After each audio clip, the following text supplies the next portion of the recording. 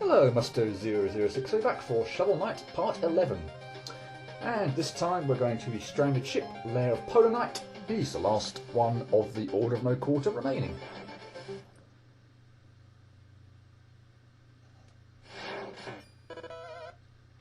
So, as I said in the previous part, we have the stereotypical ice-based kind of level, with the slippery floors and whatnot. And yeah, it's going to be kind of a staple throughout the stage. You may perhaps have already kind of noticed that this level, more so than most, seems to be lagging quite a bit. And yes, that was certainly my experience when I was playing the game with the recording software turned on. And apologies for that, but there's very, very little I can do about it. Yeah, it's probably going to take a bit longer than normal to get through this level, but yeah, as I said, there's very little I can do about it, unfortunately. We'll just have to live with it.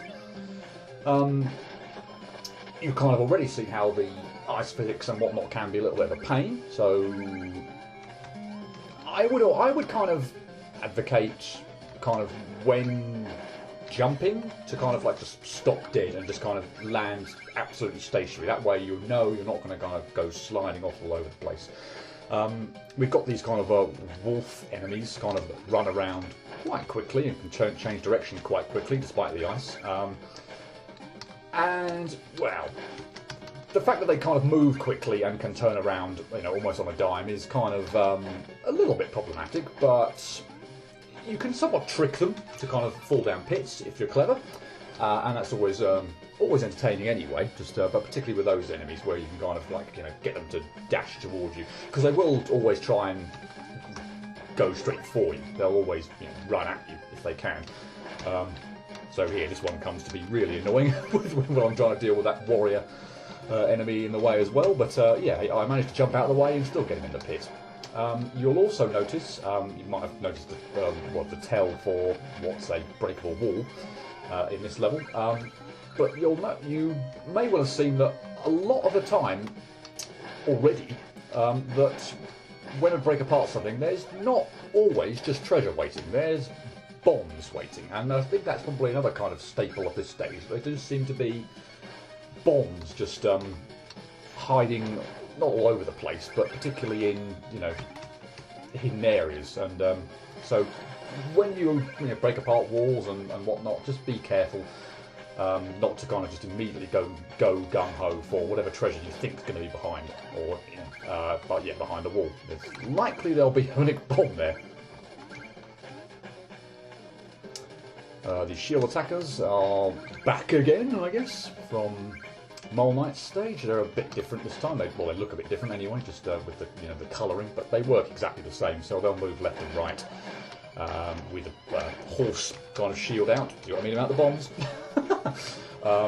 And yeah, you want to whack them from the side where the shield is not up and in the way. More bombs, and that's not the last one of the stage either, or the screen either. Another one. If I timed that well, I could actually have released it so that it's exploded with the enemy there, but I was a bit out with my timing. And this screen was very, very nerve-wracking, or very kind of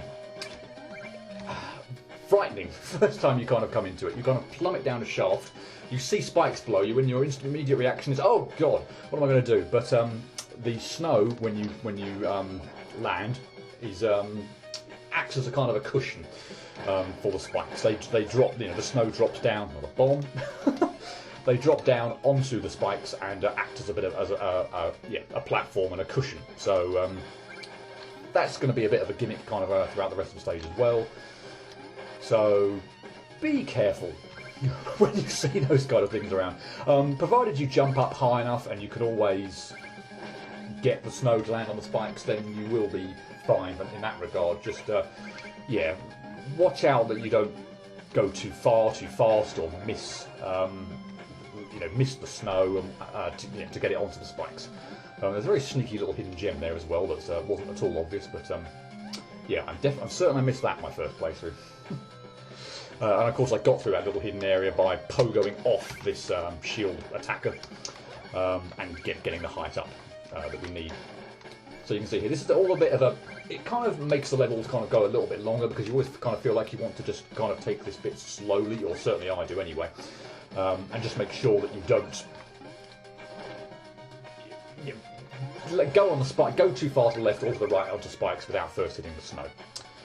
But anyway, this is a rather nice, interesting gimmick mechanic for this stage, and it will appear several times throughout. We've got this kind of gargoyle platform that when you hit it from the side, it spits out a rainbow, and you can stand on this rainbow, and it will take you places where you want to go. So yeah, again, introduce it in kind of an area where there's not too much danger. Admittedly, there are pits, lying all over the place, but it's fairly simple to know what to kind of do. By the way, when you stand on the platform or on the gargoyle head, then it will drop down. And when you step off or jump off or whatnot, it will rise up. So that's how you manipulate the height of the platform. And you can see here at the right-hand edge of the screen where it's currently positioned, there's not enough room for the platform to get through the gap. So what we have to do is we have to create a bit large enough gap in the middle of the screen here by getting rid of these ice blocks, whacking the platform over to the left, and then we can proceed. So yeah, there's going to be quite a bit of that in this stage, just kind of learning how to manipulate and where best to position the gargoyle platform. You can use it, as I think I try and do here, yep, to kill enemies. If you get the placement right, you can, if the platform goes to the left or to the right and it hits an enemy, then it will, I believe, no matter how much health the enemy might have, actually instantly destroys it. And this warrior here is really irritatingly placed, so I just decide, hey, I'll just phase lock it through. Again, not something I tend to use to try and do too much, but, and I think I've done a reasonable job of not abusing the phase lock it throughout this playthrough, but there are still some times where you just kind of think, there's a pit around here, there's a bit of danger, let's just play it safe and not, muck around for the sake of just not using a phase lock it. And that was one of possibly the first times where we break part of a wall and we don't have a bomb hidden in there. It wasn't absolutely the first one, but yeah, kind of nice just to have some, well, in this case it was actually food, which I didn't need, so yeah. But still, it was nice not to have a surprise up my bomb waiting in there. And here you can see with this enemy that it's kind of chin, for want of a better word, is its weak spot. So if you whack that, you will kill it, but you can actually pogo off these enemies if, from the top. So yeah, bear that in mind for future. Although I guess in a future screen it will be blindingly obvious that's what you're going to have to do. But yeah, that's how you get those gems, obviously, on top of that screen as well. I guess you probably could use other items as well to get some extra height, but yeah, pogoing off the thing seems to be the simplest thing to do. And I spend all that time opening up the fishing area, and yeah, well, wouldn't you know it, it's a troutable fish that's in there, and I already have my chances full, so nothing particular there for me. Now on this section you can kind of maybe see that these enemies are throwing hammers left and right, so you can get on the ladders and time out when you want to traverse from ladder to ladder. Clearly you want to move to the right when the hammer is kind of coming down from the left. You probably could use other weapons and whatnot, or relics to take them out. I do a kind of reasonably slow job of doing this here. The throwing anchor is probably a good one as well, actually. I somewhat forgot during this level that I had it. But yeah, throwing anchor would probably do a good job on there, particularly given the arcing of the thing, and that the enemies are kind of not necessarily horizontal from you, but kind of, above you. So that little area to the left that we just saw on the previous screen held a kind of breakable wall. We break it apart, we get into this area with the moving platforms and the spikes and the snow, and we get our final relic, the war horn. So clear space around us with a powerful blow. It's a very expensive weapon to use in terms of magic. I think it has a 20 magic cost, but it does do a very good job when you don't mess up your positioning and whatnot. But yeah, I'm not sure it kind of completely clears the screen with some of the larger enemies, but certainly some with even just maybe 3 or 4 health. One blow of that horn will pretty much completely clear the screen, and it is very, very useful when you've got like loads of enemies around.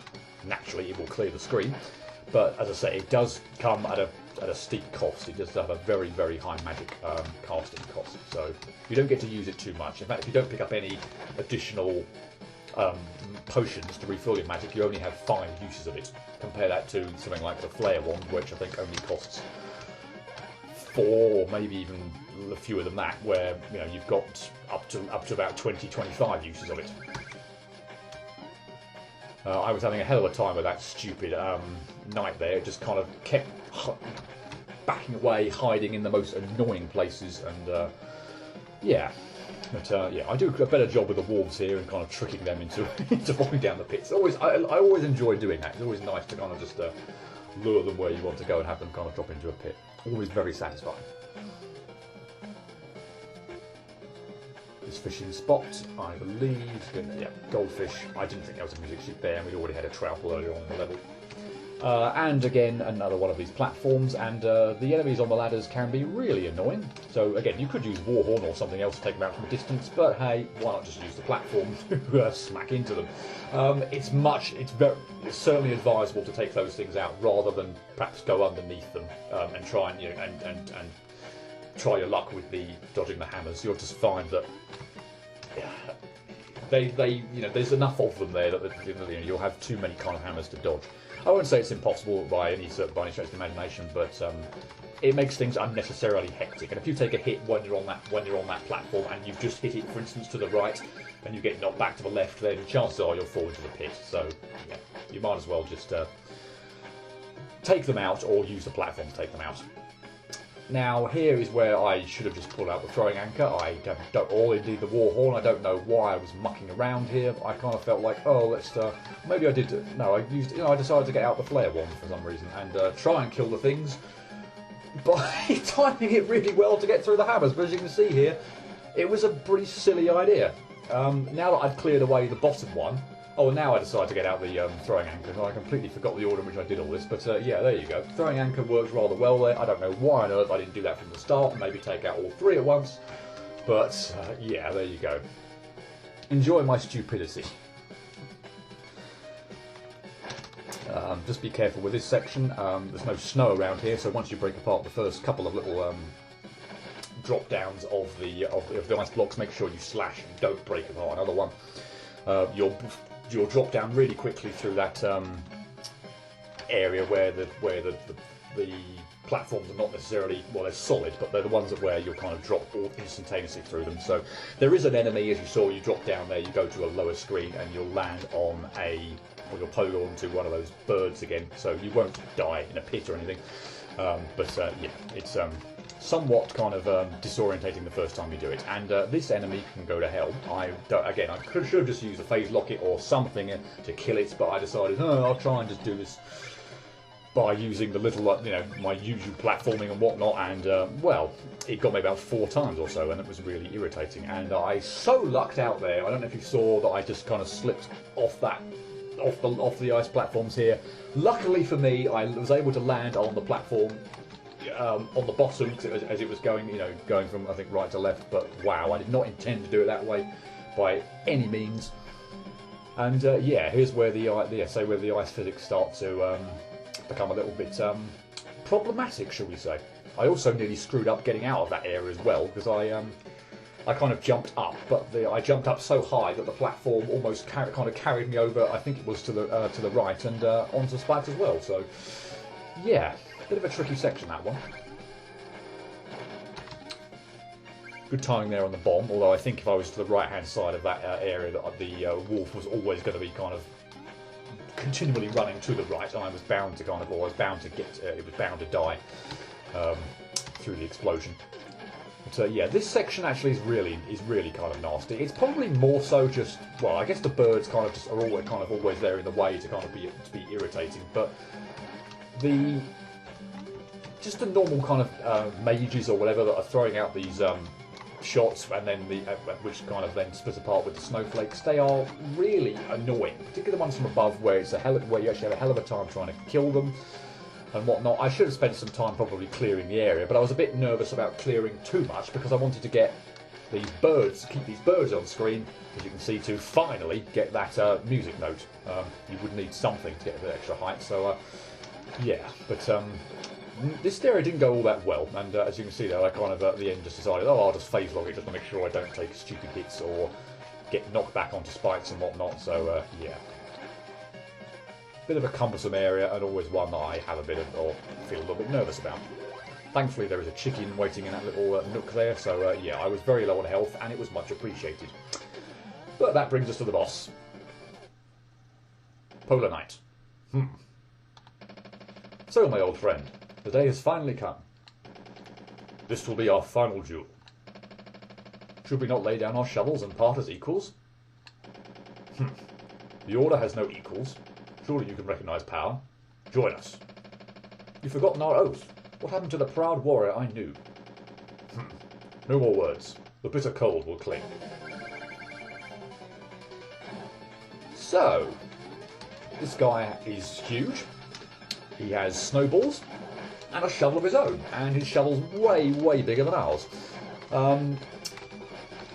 He also has this thing whereby if you attack him from above, he will put his shovel above his head and prevent you from pogoing on him, and that makes things really awkward. He also has this attack after you hit him about 3 times or get him down 3 things, where he jumps off screen, plummets down, and gets rid of the ice on the floor and turns them into spikes.